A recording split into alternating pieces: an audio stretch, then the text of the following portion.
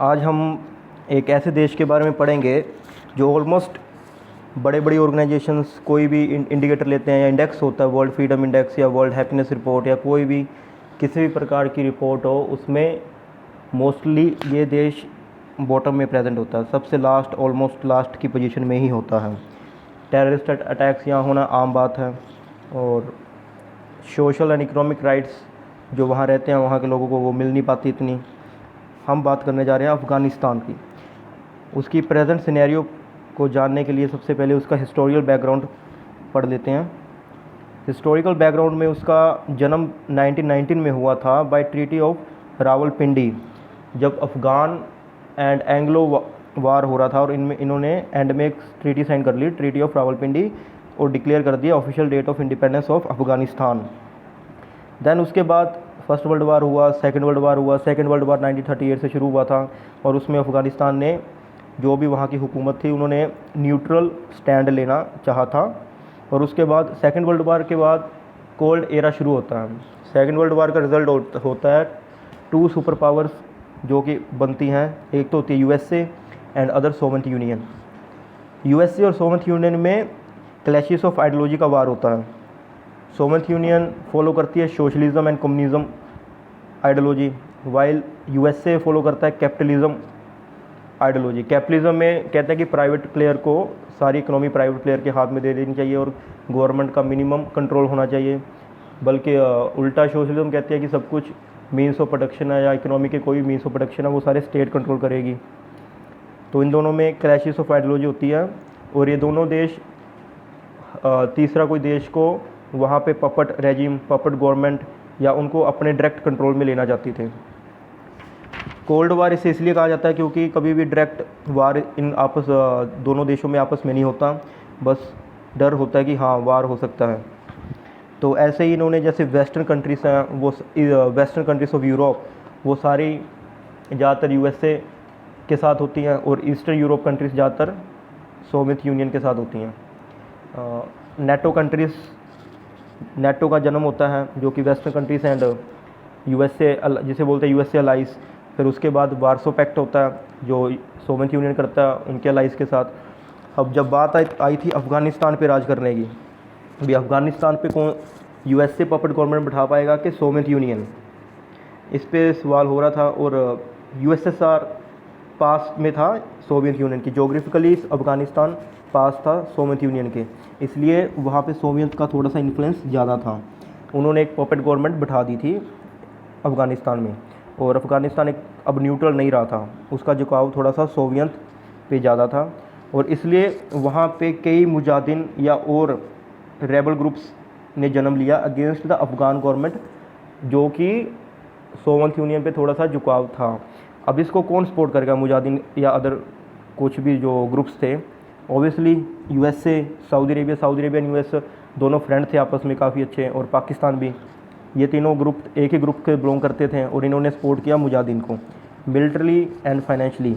और ये Mujahideen direct fight की इन्होंने अफ़गान की गवर्नमेंट के साथ। अब जब अफ़गान की गवर्नमेंट थोड़ी सी वीक होने लगी तो उन्होंने डायरेक्ट हेल्प मांगी सोवियत यूनियन से। दैन सोवियत यूनियन ने अपनी आर्मी भेजी अफ़गानिस्तान में, और उन्होंने डायरेक्ट वार किया इन मुजाहिदीन के साथ। अब ये मुजाहिदीन थे, ये करते थे गुरिल्ला वार, और कई 3-4 साल बाद जब सोवियत यूनियन के रिसोर्सेज सारे एग्जॉस्ट हो रहे थे, तो उन्होंने एक डिसीजन लिया कि वो अब अफ़गानिस्तान छोड़ देंगे, अपनी प्रेजेंस अफ़गानिस्तान में बिल्कुल ज़ीरो कर देंगे, और अफ़गानिस्तान को एक न्यूट्रल स्टेट के लिए मान गए थे कि ना तो यहाँ यूएसएसआर का चलेगा और ना ही यूएसए का चलेगा। Then after this treatment USSR ये छोड़ कर चले जाती है वापस। अब जो मुजाहिदीन जो हुए थे उन्होंने आपस में कई जो ग्रुप बने थे जिन्होंने मिलकर लड़ाई की थी अफ़गान गवर्नमेंट के अगेंस्ट। अब इनमें से एक ग्रुप था तालिबान, वो काफ़ी पावरफुल में आ गया, वो काफ़ी पावरफुल बन गया। तो और ये एक इस्लामिस्ट ग्रुप था, एक एक्सट्रीमिस्ट इस्लामिस्ट ग्रुप था जो उसके अपने ही रूल थे।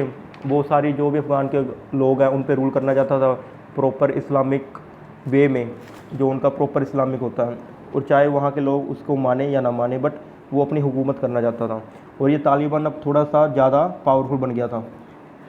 One of the main source through which this Taliban become very powerful अफीम, अफ़गानिस्तान में सबसे ज़्यादा अफीम पैदा होती है, नारकोटिक्स वगैरह, उनको बेच बेच के वो फाइनेंशियली बहुत पावरफुल बन गया था।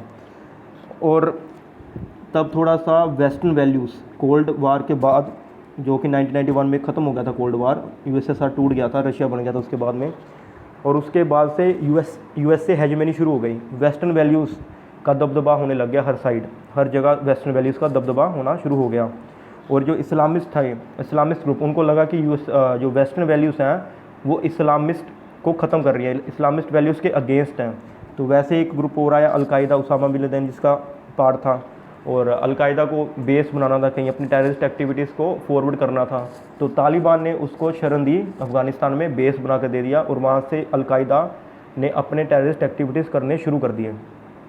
और अलकायदा ने, उसामा बिन लादेन ने एक टेररिस्ट अटैक करा दिया 11 सितंबर 2001 को। कहाँ कराया था? यूएसए में, न्यूयॉर्क में। और उसके बाद यूएसए ने डिक्लेयर कर दिया वार ऑन टेररिज्म, और तब से उन्होंने अपने ट्रूप भेज दिए थे अफ़गानिस्तान। उन्होंने बोला कि हम अब टोटली क्रश करके आएंगे तालिबान एंड अदर ये अलकायदा वगैरह ग्रुप को। तब से यूएसए के ट्रूप्स वहीं हैं अफ़गानिस्तान में। और तब से तालिबान ने और कोई कुछ बेस बना लिए, पाकिस्तान वाली साइड में बेस बना लिए, और वहाँ से अपने टेररिस्ट एक्टिविटीज़ कैरी आउट करने लग गया। और धीरे धीरे टाइम जब चलता रहा, तो धीरे धीरे ये तालिबान बहुत स्ट्रॉन्ग हो गया, और स्ट्रॉन्ग हो गया, और अफ़गानिस्तान के काफ़ी बड़े हिस्से में उसका राज फिर से स्ट्रॉन्ग हो गया, और वहाँ उसने फ़ीम बेच के फाइनेंशियली भी स्ट्रॉन्ग हो गया बहुत ज़्यादा। और अब जैसे कि अब 18 साल से भी ऊपर हो गए हैं, यूएसए को अपने ट्रूप्स वहाँ भेजे हुए हैं। यूएसए ऐसा डेमोक्रेटिक कंट्री, वहाँ के लोगों ने प्रेशराइज़ किया यूएसए की कंट्री गवर्नमेंट को भी, हमारे जो सोल्जर आपने वहाँ भेजे हुए हैं उनको वापस भेजो। तो ट्रंप ने तालिबान के साथ एक डील स्ट्राइक करने की कोशिश की, जिसमें उसने बोला कि वो अपने ट्रूप सारे और अदर वेस्टर्न कंट्रीज़ के जितने भी ट्रूप्स हैं अफ़गानिस्तान में, उनको बाहर ले जाएगा कुछ शर्तों पे। पहली शर्त उन्होंने ये बोला, ट्रंप ने, कि अफ़गानिस्तान के सॉइल को तालिबान किसी और टेररिस्ट ग्रुप को नहीं देगा, जिससे कि वो एक्टिविटीज़ करें किसके अगेंस्ट? यूएसए के इंटरेस्ट के अगेंस्ट। जैसे पहले उन्होंने अलकायदा को बेस बनाने दे दिया था, उनसे प्रॉमिस मांगा कि तालिबान किसी को भी यहाँ एक्टिविटीज़ कैरी आउट नहीं करने देगा जो कि यूएसए के अगेंस्ट होंगी। तो तालिबान ने मान लिया, और तालिबान ने कहा कि आप अपने सारे फॉरेन ट्रूप्स वापस ले जाओ।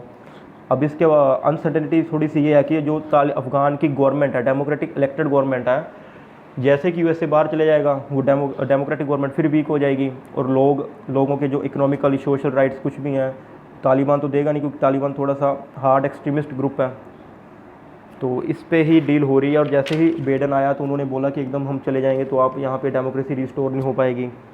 तो इसलिए तब से यही अफ़गानिस्तान का काम चल रहा है। और इंडिया का स्टैंड ये है कि इंडिया ने कभी भी डायरेक्ट टॉक्स की ही नहीं तालिबान के साथ, उन्होंने हमेशा सपोर्ट किया है डेमोक्रेटिक इलेक्टेड अफ़गान की गवर्नमेंट को। ये सिनेरियो और आने वाले टाइम में पता चलेगा कि कौन सी डील स्टक हो पाएगी यूएसए और तालिबान में, और अफ़गान गवर्नमेंट को भी इसमें इंक्लूड करेंगे टॉक्स में कि नहीं। Thank you.